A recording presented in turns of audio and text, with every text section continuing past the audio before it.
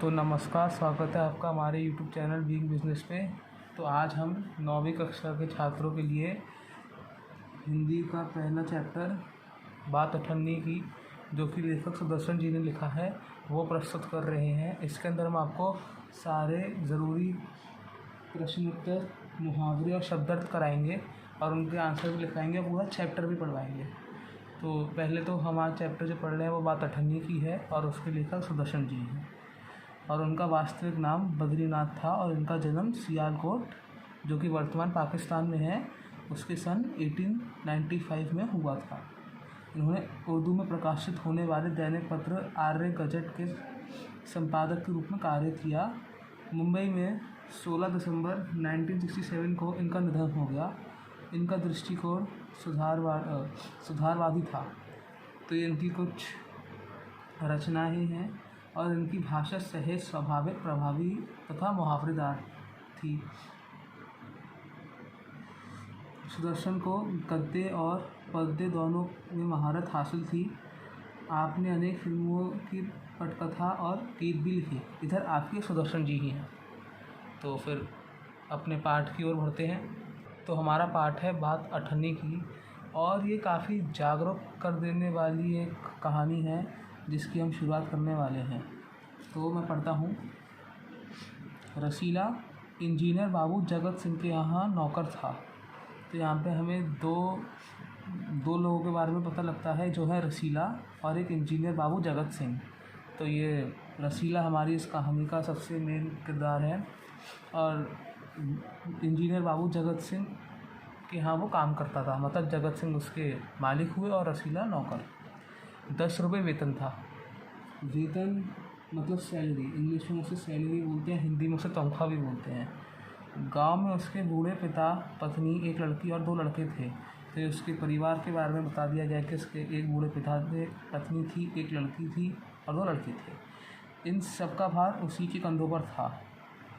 भार उसी के कंधों पर था का मतलब वो ही उनके घर में कमाता था और फिर उनका घर चलता था उससे। वह सारी तनख्वाह घर भेज देता, पर घर वालों का गुजारा न चल पाता। उसके इंजीनियर साहब से वेतन बढ़ाने की बार बार प्रार्थना की, पर वह यही कहते, अगर तुम्हें कोई ज़्यादा दे तो अवश्य चले जाओ, मैं तनख्वाह नहीं बढ़ाऊंगा। तो हमें इससे ये पता चलता है कि इंजीनियर बाबू ने साफ साफ वेतन बढ़ाने से मना कर दिया था और उससे ये कह दिया था कि तुम कहीं और जाके काम कर लो जहाँ पे तुम्हें ज़्यादा तनख्वाह मिल जाए। पर रसीला, यहाँ पे वह रसीला है, वह सोचता यहाँ इतने सालों से हूँ, मतलब वो बहुत सालों से काम कर रहा था, मतलब वो ईमानदार भी होगा। अमीर लोग नौकरों पर विश्वास नहीं करते, पर मुझ पर यहाँ कभी भी किसी ने संदेह नहीं किया। यहाँ से जाऊँ तो शायद कोई 11-12 दे दे, पर ऐसा आदर ना मिलेगा। तो इससे हमें एक सीख मिलती है कि पैसा आदर से बड़ा नहीं होता, सबसे बड़ा आदर होता है, उसके बाद पैसा आता है। और यही रसीला की सोच थी, जो कि बिल्कुल सही थी। ज़िला मजिस्ट्रेट शेख सलीमुद्दीन इंजीनियर बाबू के पड़ोस में रहते थे। तो यहाँ पे हमें एक और किरदार के बारे में पता चलता है, जो है ज़िला मजिस्ट्रेट शेख सलीमुद्दीन, जो कि इंजीनियर बाबू के पड़ोसी थे। उनके चौकीदार मियाँ रमज़ान।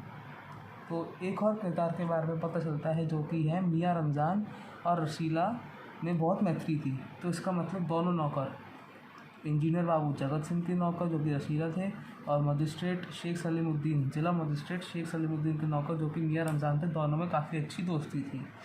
दोनों घंटों साथ बैठते, बातें करते। शेख साहब फलों के शौकीन थे। तो यहाँ पे हमें पता चलता है कि किसको क्या अच्छा लगता है। तो क्योंकि शेख साहब फलों के शौकीन थे, तो रमज़ान रसीला, जो कि दोनों दोस्त थे, तो रमज़ान रसीला को फल देता था। इंजीनियर बाबू इंजीनियर बाबू को मिठाई का शौक़ था, तो रसीला रमज़ान को मिठाई देता। तो देख सकते हैं कि दोनों में दोस्ती अच्छी थी, मतलब दोनों एक दूसरे के सहारे जीते थे, आपस में खाना खाते थे, बांटते थे। एक दिन रमज़ान ने रसीला को उदास देखकर कारण पूछा। पहले तो रसीला छिपाता रहा, फिर रमज़ान ने कहा, कोई बात नहीं है तो खाओ सौगंध। सौगंध मतलब कसम खाना, इन इंग्लिश भी से प्रॉमिस, हम इंग्लिश में से प्रॉमिस कहते हैं। रसीला ने रमज़ान का हट देखा। हट का इधर मतलब है उसके दुख के कारण के जानने का एक जोश, मतलब उसको जानना ही था कि वो दुखी क्यों है। तो फिर रसीला ने रमज़ान का हट देखा तो आंखें भर आई। आंखें भर आई का मतलब उसके आंखों में से आंसू आ गया, उसे रोना आ गया। बोला, घर से खत आया है, बच्चे बीमार हैं और रुपया नहीं है। तो क्योंकि वही अपना घर चलाता था और उसका 10 रुपये वेतन था, तो उसी की बदौलत उसका घर चलता था। तो उस पर रुपये ख़त्म हो गए थे और उसके घर पे बच्चे बीमार थे। तो मालिक से पेशगी मांग लो। तो पेशगी का मतलब होता है एडवांस। इंग्लिश में से एडवांस कहते हैं। मतलब जो धन जो अपनी तनख्वाह से पहले दे दिया जाता है। यहाँ पे इसका मीनिंग भी लिखा है।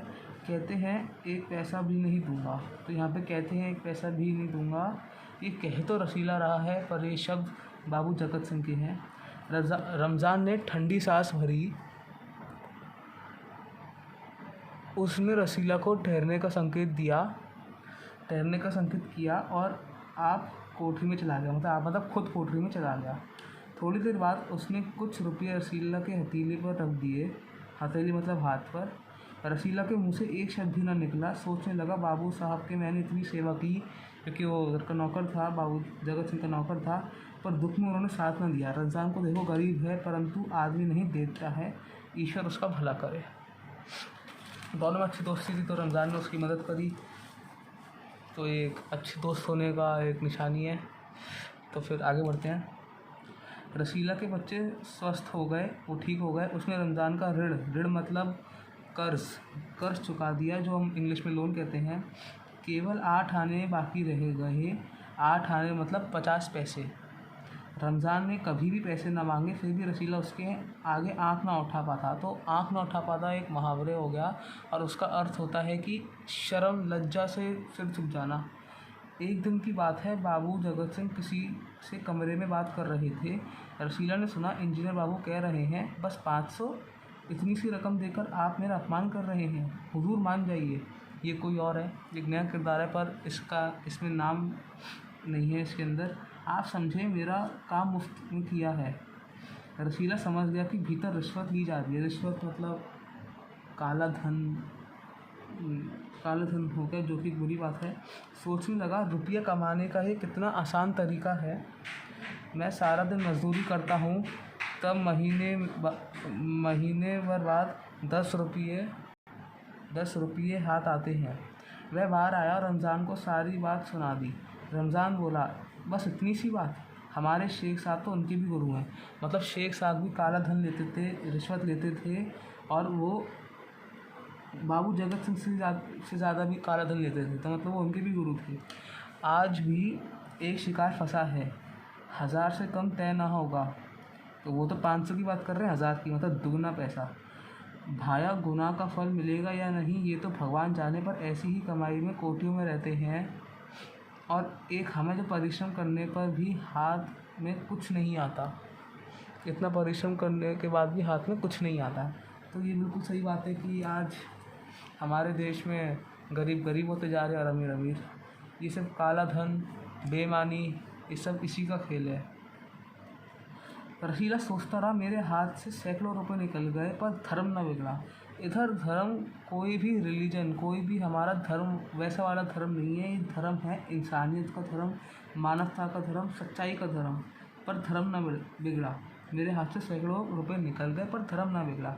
एक एक आना भी उड़ाता मतलब अगर उन्होंने उसे कुछ पैसे दिए, उसमें से एक आना चुरा लिया तो काफ़ी रकम जुड़ जाती। इतने में इंजीनियर साहब ने आवाज़ लगाई। रसीला दौड़कर 5 रुपये की मिठाई लिया। तो अब हम देख सकते हैं कि जो रसीला है उसके दिमाग में अब चोरी के ख्याल आने लग गए हैं कि वो अगर कुछ जो रुपये जो उसको बाबू जगत सिंह देंगे तो उसमें से अगर वो एक एक आना भी निकालने लगा तो काफ़ी रकम जुड़ सकती है।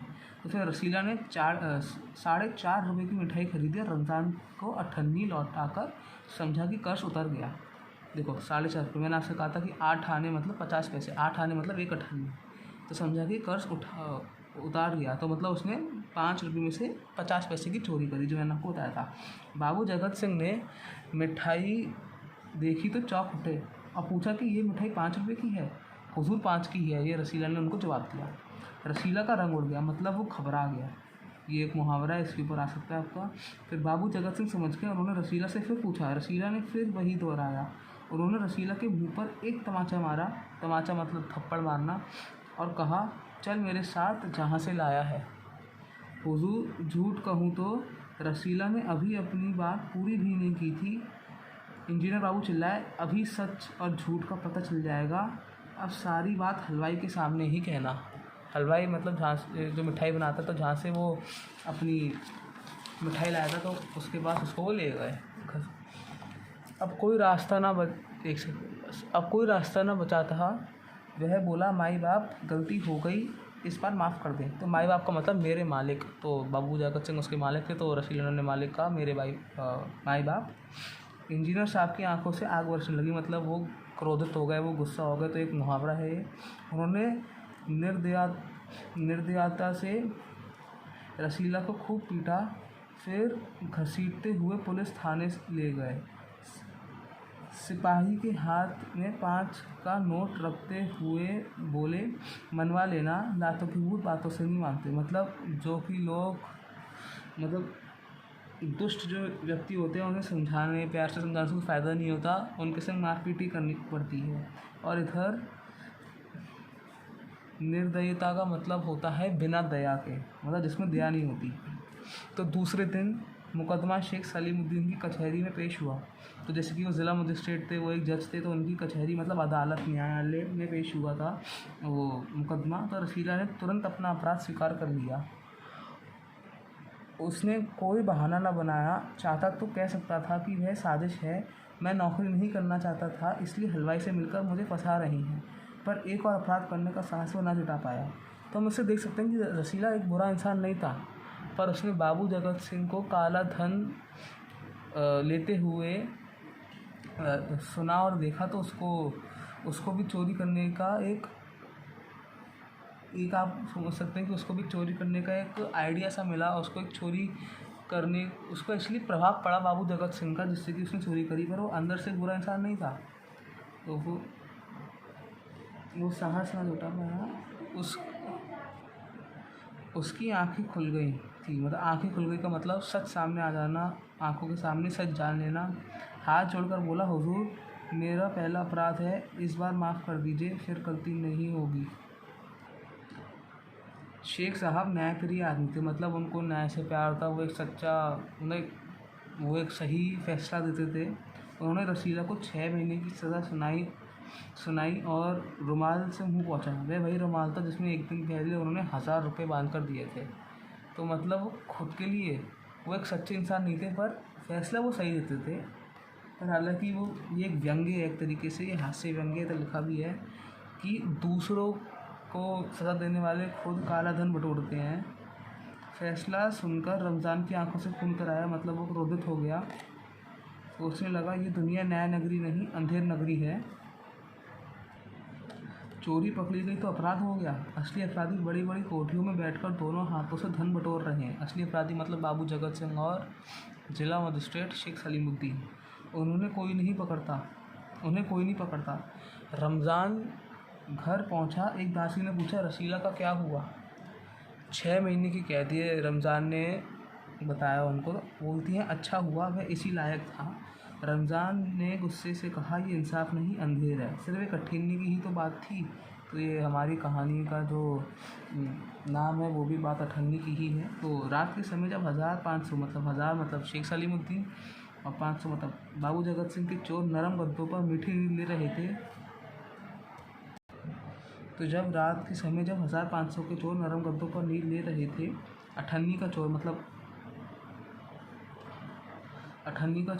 रमज़ान का दोस्त रसीला का चोर जेल की तंग मतलब पतली, काफ़ी नैरो, इंग्लिश में कहते हैं, अंधेरी कोठरी में पछता रहा था। तो हमें इससे एक सीख मिलती है कि जो धनी होते हैं, जिन पर ज़्यादा गाढ़ा धन होता है, वो पैसे देकर अपने आप को बचा लेते हैं, और जो गरीब होते हैं वो छोटी सी चोरी करने पर भी पछताते हैं, क्योंकि उन पर इतने पैसे नहीं होते जिससे कि वो बड़े बड़े अफसरों को काला धन खिलाकर उनका मुँह शांत करा सकें। तो ये हमारी पूरी कहानी थी, इसका पूरा एक्सप्लेनेशन हो चुका है। अब मैं आपको थोड़े से शब्दार्थ बता देता हूँ। वैसे मैंने आपको स्टोरी के सभी सारे एक्सप्लेन कर दिए। तो जो हमारा पहला शब्द है, एक सेकंड रुकिए बस।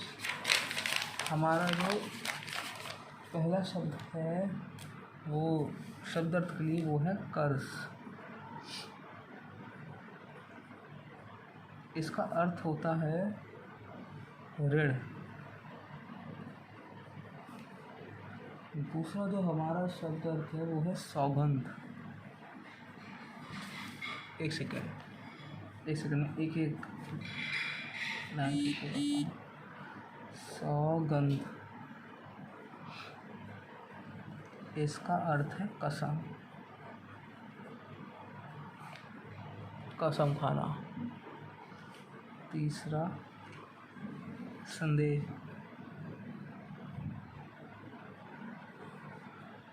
इसका मतलब है शक।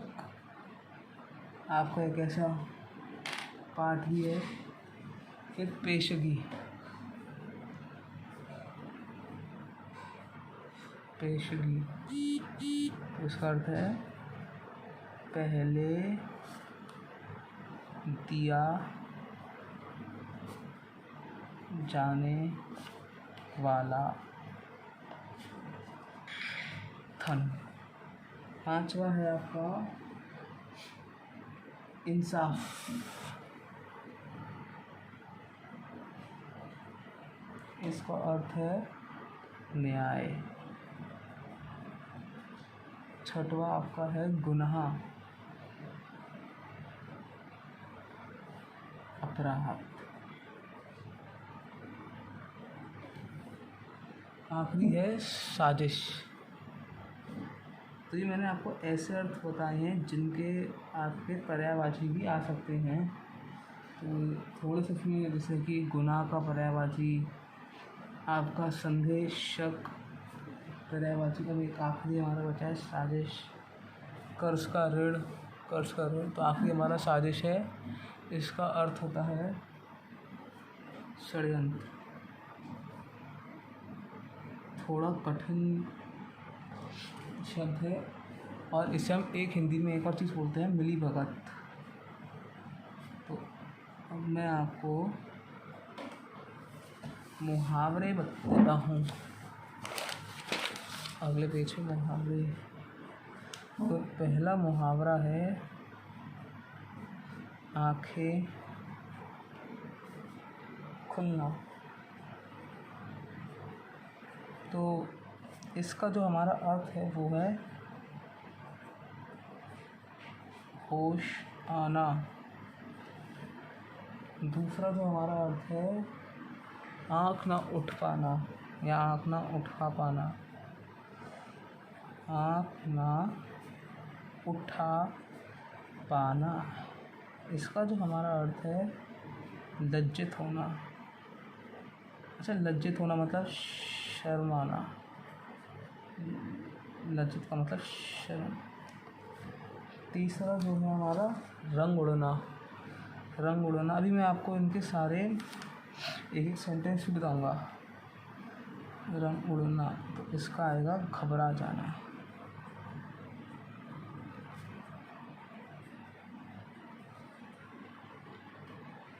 लातों के भूत बातों से नहीं मानते। लातों के भूत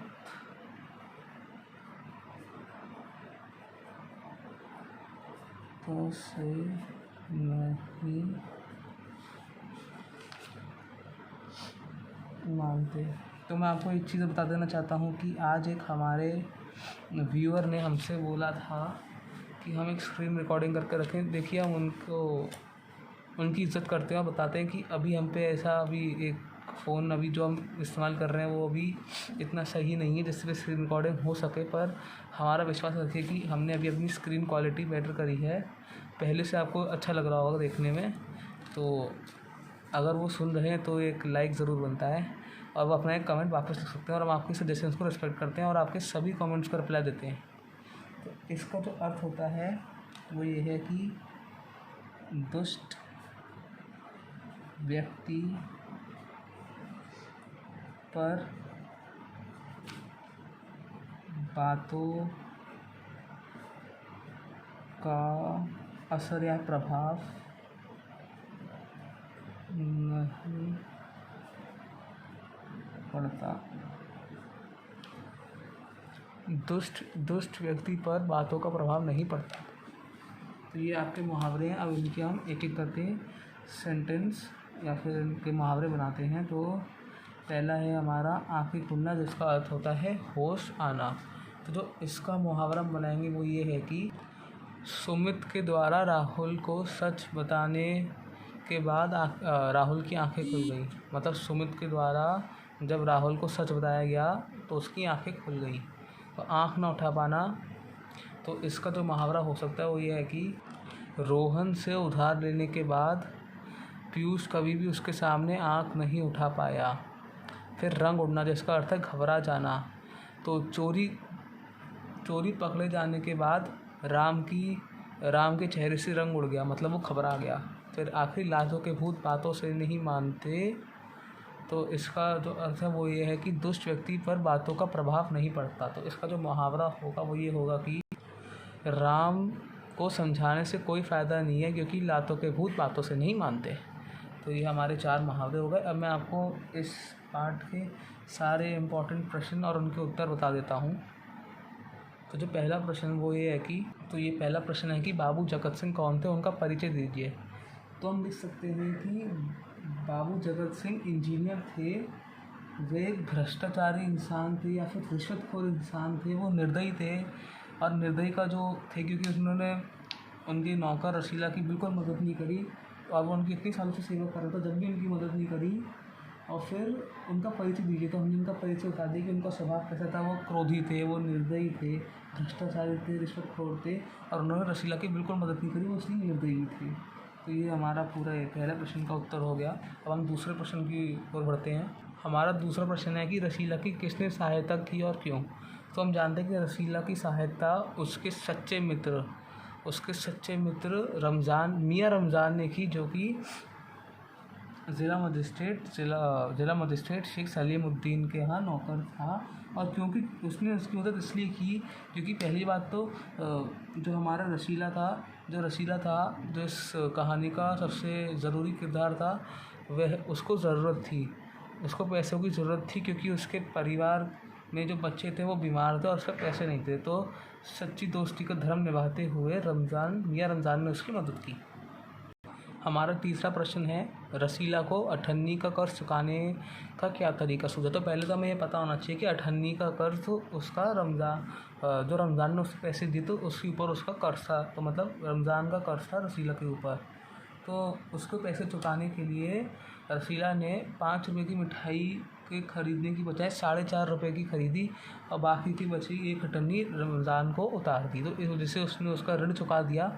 पर ये गलत चीज़ है, तो ये भी हमें लिखनी पड़ेगी कि उसने ऐसा इसलिए करा क्योंकि जब उसने इंजीनियर बाबू जगत सिंह को रिश्वतखोरी करते हुए देखा तो उसके दिमाग में भी यह चीज़ उठाई कि मैं भी ऐसे कर करके अपना रमज़ान को कर्ज चुका सकता हूँ और धन बटोर सकता हूँ। तो हमें पूरा लिखना पड़ेगा अगर आंसर वो क्वेश्चन 4 नंबर का हो।